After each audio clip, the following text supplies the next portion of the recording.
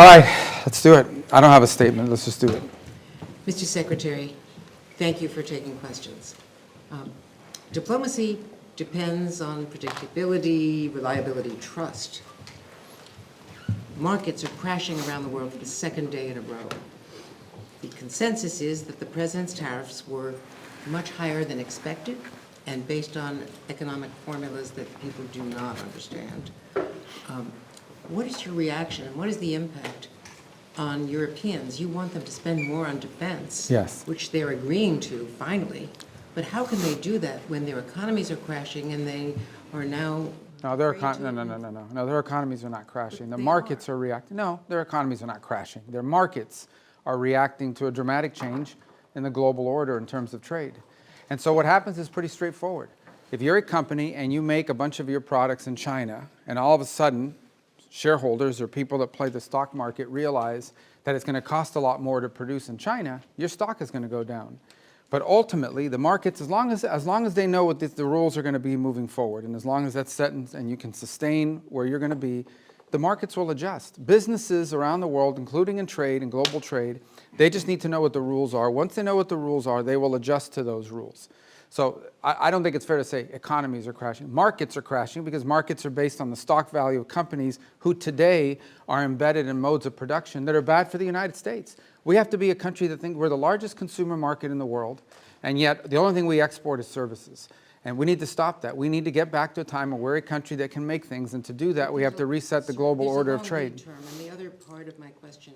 Well, the worst thing is to leave it the way it is forever. I mean, just can't continue. We can't continue to be a country that doesn't make things. We have to be able to make things to provide jobs for Americans. That's it. It's that simple. China is an example. I mean, it's outrageous. I mean, they don't consume anything. All they do is export and flood and distort markets in addition to all the tariffs and barriers they put in place. So the president rightly has concluded that the current status of global trade is bad for America and good for a bunch of other people, and he's going to reset it, and he's absolutely right to do it. Let me ask you about also the predictability of relationships with allies.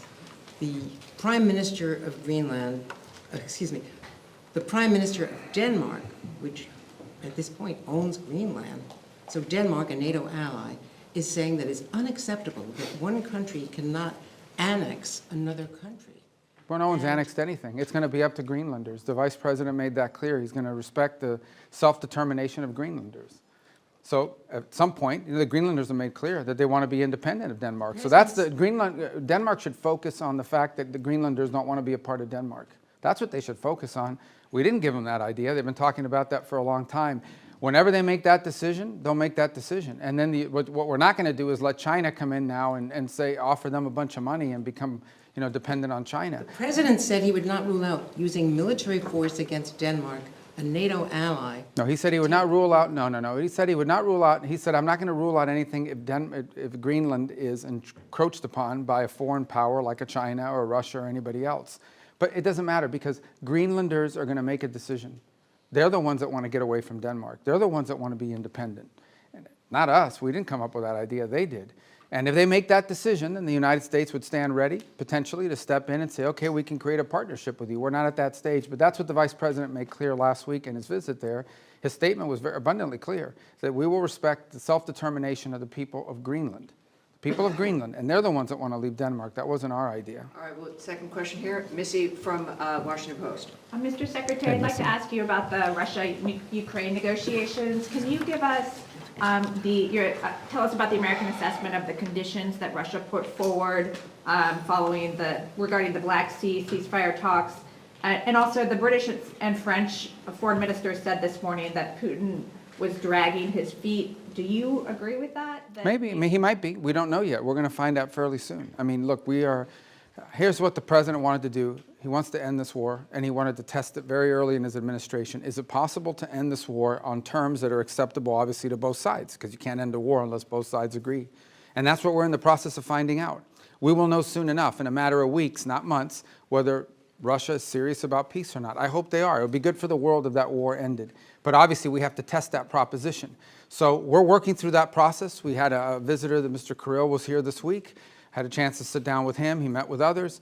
He'll take some messages back, and the message is the United States needs to know whether you're serious or not about peace. Ultimately, Putin will have to make that decision. The Russian Federation will have to make that decision. I think the Ukrainians have shown a willingness to enter, for example, into a complete ceasefire to create space for negotiation.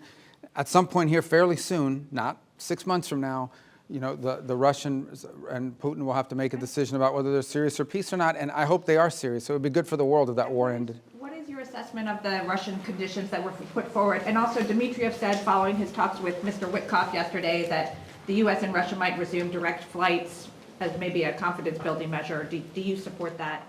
So I haven't heard anything about direct flights. I can tell you, but I don't know who's going to fly on it because all these people are sanctioned. But I would just tell you that the thing I would point to you is this. We're going to wait and see. The Russians know our position in terms of wanting to end the war, and we will know from their answers very soon whether they are serious about proceeding with real peace or whether this is a delay tactic. It's a delay tactic. The president's not interested in that. If this is dragging things out, President Trump's not going to fall into the trap of endless negotiations about negotiations. We will know soon enough whether or not Russia is serious about peace. If they are, that'll be great. Then we can move towards peace. If they're not, then we'll have to reevaluate where we stand and what we do moving forward about it. But we'll be in no different a position than we are today, or we were when he took office. He wanted to know early in his administration, is peace possible? We're testing to see if the Russians are interested in peace. Their actions, not their words, their actions will determine whether they're serious or not. And we intend to find that out sooner rather than later. What about their conditions? Which conditions? They put forward additional conditions after you Well, had the Black Sea. Yeah, so again, I mean, this is part of the back and forth of these sorts of things. I've had phone calls with foreign leaders, and then I read the readout, and it's like, oh, we said that you never, they came, they said something to me they never said. I guess that's part of the game in this place or whatever. But look, bottom line is, to me, at the end of the day, what's going to matter here is whether we're going to move towards peace or not. If peace is real, we will know soon enough. If they're not interested in peace, we will know soon enough, and we'll make decisions on the basis. I hope they are real. There are some promising signs, there are some troubling signs. It's not going to be easy. No one ever said this would be easy. But we're going to find out sooner rather than later. And let's just say I'm hopeful. I remain hopeful. I need to be hopeful that peace is possible and that the Russians are serious about peace. We want them to be serious about peace. And hopefully they are. But we'll know sooner rather than later. Daphne Reuters. Hi, sorry, I'm back here. Your last name's Reuters? No. Oh, that's pretty cool, isn't it? Go ahead. On the 5% defense spending target, have you received pushback to this idea while you've been here this week? And you mentioned yesterday up to 5% was your language. What do you mean by up to 5%? Well, I said up to a path up, getting up to 5% at some point. I'm not saying overnight, but to get to that point. We think that's what NATO allies need to be spending for NATO to face the threats that it itself has identified and articulated. Here's the good news. The good news is everyone generally, with a couple exceptions, are spending more on defense today than they were 3, 4, 5 years ago. That's positive. That trend needs to continue. So the trend lines are good, but they need to continue. But this is not about spending, okay? This is not about money necessarily. This is about capability. In order for NATO to be stronger, it needs partners that are stronger, okay? The United States commits a lot to NATO and continues to. We are as involved in NATO today as we have ever been, and we intend to continue to be, but it has to be a real alliance. And that means that our alliance partners have to increase their own capabilities. So hopefully 2 things have led to that. The first is the war in Ukraine, I think, has woken up a lot of people on the continent about real threats and real war. And the other is, I think, the pressure and the statements of President Trump that have been pretty consistent about increasing their spending. So this whole trajectory of more defense spending began, I believe, back in 2017, 2018, under President Trump's first term. We want that trend to continue. And we're hoping when the leaders meet in The Hague that there'll be further and firmer commitments in that direction. I think it's beneficial to the alliance. The stronger our partners in NATO are, the more capable our partners in NATO are, the stronger NATO is. And everybody should be in favor of that. And sorry, just to follow up, so will you try and get the official target as 5% rather than 2%, and will the U.S. commit to 5%? Sure, we're heading there now. I mean, we're going to have to spend more on national security because we have a global footprint. And that's the point that I think has been made and missed in a lot of places, okay? The United States has Indo-Pacific alliance obligations as well that we've made. We are currently involved in opening up the Red Sea so that global shipping for everyone, including our European partners, can become possible again. We're engaged in counter-drug and counter-gang interdictions in the Western Hemisphere. There's obviously all sorts of issues going on in different parts of the world, including we're concerned about a resurgence of terrorist cells. whether it's in Africa or in the Middle East. So the U.S. has these global obligations, and we have China that's undergoing the largest, most expansive peacetime military expansion in history. So we need to confront all of these things, and we're engaged in all of those things. So we're going to have to increase defense spending in our country. I think our commitment to NATO isn't just 3% spending of GDP. It's sustained over an extraordinary period of time, and that continues. So, look, I think our partners know they need to do more. They've all indicated they want to do more. They've begun to do more, and that trend needs to continue. Mr. Secretary, you mentioned that you met with Kirill Dmitriev as well. In order to stop them from dragging their feet and dragging this on, is there anything that you said, perhaps not threats, but is there anything that you said you wanted to see concretely from the Russian side in order to... Yes, peace. We want to see peace. But specifics in terms of getting to this ceasefire first and then the negotiations? Yeah, I mean, peace means you stop shooting at each other. I mean, it's as simplistic as that. Now, obviously, look, there's all kinds of conditions for a final peace, and you have to work with both sides. And I've said from the beginning, the only way a war ends in a negotiated settlement. If it's not an unconditional surrender, then it is both sides make concessions. We're not going to prejudge what those concessions are, because those concessions will depend on what Ukraine will accept and Russia will accept. But we have to make concrete steps towards peace. What we're not interested in, and I'm not accusing them of this, I'm just telling you what we're not interested in is negotiations about negotiations. That we're not going to continue this forever. So none of it was threatening. I think it was more an explanation of, this is our timeline, and at some point it'll be clear whether you want peace or you don't want peace. And that time is coming. It's pretty short. At the same time, as we now have seen, members of Congress have begun to file bills to increase sanctions. So there is going to be growing pressure from Capitol Hill to impose sanctions that we're not going to be able to stop if in fact we're not making progress towards peace. All these factors have been explained in the nicest way possible. Hopefully he'll take that message back to Moscow, and it'll make clear that we need to begin to see real progress, or we'll have to conclude that they're not interested in peace. But let's hope they are, because I think it would be better for everyone if they are. Well, we need to hear an answer to this. I mean, talks are only, you're going to have talks as long as talks are about something. They can't be talks about talks. At the end, you know, I think initially it was important to talk because we hadn't talked to them in a long time, but now we've reached the stage where we need to make progress. And if we're not making progress towards peace, then we have a set of factors that we have to take into account. But hopefully we are going to make progress towards peace. I remain optimistic that we can. It'll be hard, it'll be difficult, but I'm optimistic that we can. Mr. Secretary, the Myanmar earthquake, I mean, normally in these kind of events you would have up to 200 Americans with sniffer dogs, special equipment, experts in their field, saving lives on the ground. This has not happened because of the dismantling of US... Well, that and the fact that it's run by a military junta that doesn't like us. So it's hard for us to move around in that country. I'd say these events are always non-political. They went into Syria, for example, in the Turkey-Syria earthquake. So they can act... But we're not the government of the world. No, we'll provide humanitarian assistance, just like everybody else does, and we will do it the best we can. But we also have other needs we have to balance that against. We're not walking away from humanitarian assistance. But again, I go back, there's a lot of other rich countries in the world. They should all be pitching in. We're going to do our part. We already have people there. We'll have more people there. We'll help as much as we can. It's not the easiest place to work. Okay, they have a military junta that doesn't like us, doesn't necessarily allow us to operate in that country the way we wanted to. That would have impeded our response no matter what. That said, we are willing to continue to help in the humanitarian crisis. Other countries need to do so as well. China's a very rich country. India's a rich country. There are a lot of other countries in the world, and everyone should pitch in. I don't think it's fair to assume that the United States needs to continue to share the burden, 60, 70% of humanitarian aid around the world. We will be in the business of humanitarian aid, but we have other priorities as well that are national interest priorities of the United States, and we're going to align all those to be properly balanced. Isn't this a diminution of your soft power? I mean, all of the experts in this have said the reason is not because of the politics in Myanmar, but it's because of the dismantling of US aid. You simply couldn't deploy. Yeah, I don't listen to these so-called experts. There's not real experts. These are so-called experts. These are people that are part of that NGO industrial complex. No, these are people that make millions and hundreds of millions of dollars in these NGOs all over the world that stand up and they get flooded with US taxpayer money, and then we have to spend $100 million to get $10 million to people. We're not doing that anymore. Okay? We have stopped. We are no longer going to spend $100 million to get $10 million to recipients. We're not going to fund these global NGOs all over the world that are living off of this. We're not doing it. We are prepared to help and work with governments and appropriate NGOs on the ground that are delivering assistance. We will be there and we will be helpful. There are a lot of other rich countries. They should also pitch in and help. And some of them are and some of them are not. But we are going to do our part. We're going to continue to do our part. But it's going to be balanced with all of the other interests we have as a country. We are not a nation. We are the richest country in the world, but our resources are not unlimited.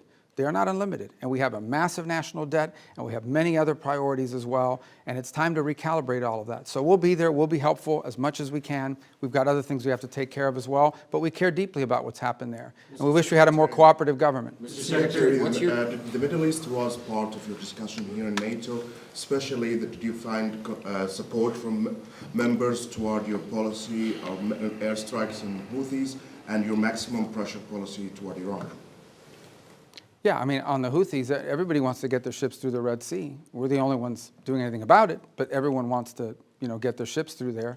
As I said, we've done the world a great favor by taking on this band of criminals who have, unfortunately, sophisticated weaponry that they can use to, they attacked, 150, 160 merchant vessels, 174 times they've attacked the United States Navy. So I think the world should be grateful to the United States for being involved in this and doing this. Everyone thanks us for it. I understand these nations have limited capabilities despite being very rich countries. Nobody else can project power there and do this. But that said, we think that mission is going to bear fruit, and it's necessary. We can't have a band of criminals controlling that. In the case of Iran, I don't know of any country in the world that's excited about Iran ever having a nuclear weapons capability. Some are more forceful about it than others. We've had talks about that. As you know, the president would like to figure out what's going to happen there. But he's also made it clear that there is not going to be a nuclear-armed Iran. That's not going to happen under his watch. Mr. Secretary, what's your message to foreign citizens who may be afraid to come to the United States because they're concerned about potentially being detained over some minor administrative error, because they might have something on their phone like criticism of the president or of the Israel-Gaza conflict? No. And they don't want to come into the United States now? No, first of all, those people that have their phones looked at and so forth, and I'll refer you to CBP to go through their processes. But generally, it's people that have been flagged coming in for a reason.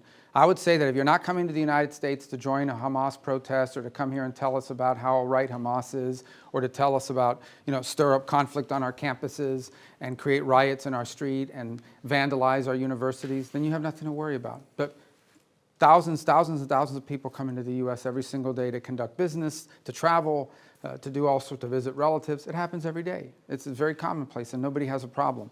If you're coming here to create problems, you're probably going to have a problem, and I think that's a good thing. If you're coming here to create problems, not here to the United States, you're probably going to have a problem. Yeah, we're not going to continue to be stupid enough to let people into our country who are coming here to tear things up. Not going to happen. Mr. Secretary, have the Russians done anything concrete to make you encouraged that they are truly interested in peace? And when you talk about timeline, I know you're not going to give a specific timeline, but are you talking weeks or are you talking months? I think we're talking weeks, probably. Yeah. There's a lot that has to happen here in the next few weeks in order for this to be real. In terms of concrete, they've agreed to certain things. I think their things are not striking now that they were before. Obviously, both sides claim that the ceasefire is being violated, as typical of ceasefires like this. But that said, not concrete in terms of are we closer to peace? We're closer to peace simply because we're talking to both sides, but we're not closer to peace because we have a deal on our hands to end this conflict. But we're going to know soon enough. That's my point I make everybody. People come, oh, well, Putin, you can't trust him. It's not about trusting Putin, not about trusting anybody. This is about actions. If you're interested in peace, you stop fighting. And you lay out the conditions by which you're willing to end a war. And they have to be reasonable conditions, right? Not crazy stuff. If you're interested in peace, that's what you do. If you're not interested in peace, then you sort of drag it out and you come up with excuses and you pull, and we know that, and we're not going to get pulled into that. But let's hope it doesn't come to that. Let's hope it, let's be optimistic that that's not the direction we're going. We're prepared if it is, but let's hope that we're not heading in the direction of this is just a delay tactic. All right, one more and then we wrap up. Don't you guys want to go home, the ones that came with us? Yeah. One more, there we go. Your allies here and also Ukraine, they believe that Russia is actually preparing for to launch another campaign, so military campaign, as soon as the winter season ends. Do you have any reason to doubt that? That they're going to do what, I'm sorry? The Russians they are preparing to start another military campaign. Well, then we'll know they're not interested in peace. And at this very moment, they're targeting energy sites. Can I get your reaction? They're targeting what? I'm so sorry? Energy sites in Ukraine. Well, again, I get it. Then that means they're violating the ceasefire. That's not a good sign, But I think that would tell you this, that ultimately this is a war. Right now, things are going to be blowing up in Ukraine and inside of Russia because there's still a war going on. That's what we're trying to end. Okay, if we have a true ceasefire, which is what we wanted, a complete ceasefire, nothing should be blowing up. But the Russians didn't agree to that. They wanted a partial. And then obviously when you get into these partials, that's one of the reasons why we didn't push for a partial. We'll take it because it's better than nothing. But one of the reasons why we didn't push for a partial, because there's always disputes about, what are you hitting and what you're not hitting.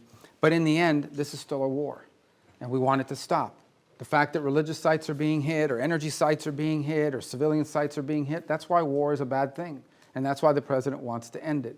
As far as them conducting another campaign, well, then that'll be a very clear sign, right? If all of a sudden we wake up tomorrow and the Russians are launching a massive offensive, then I think that's a pretty clear sign they're not interested in peace. That hasn't happened yet. Let's hope it doesn't happen. We want to know whether they want to do peace or not. And if they do, then there's a way there, and we're willing to help. If they're not, then it's good to know early so we can adjust our policies accordingly.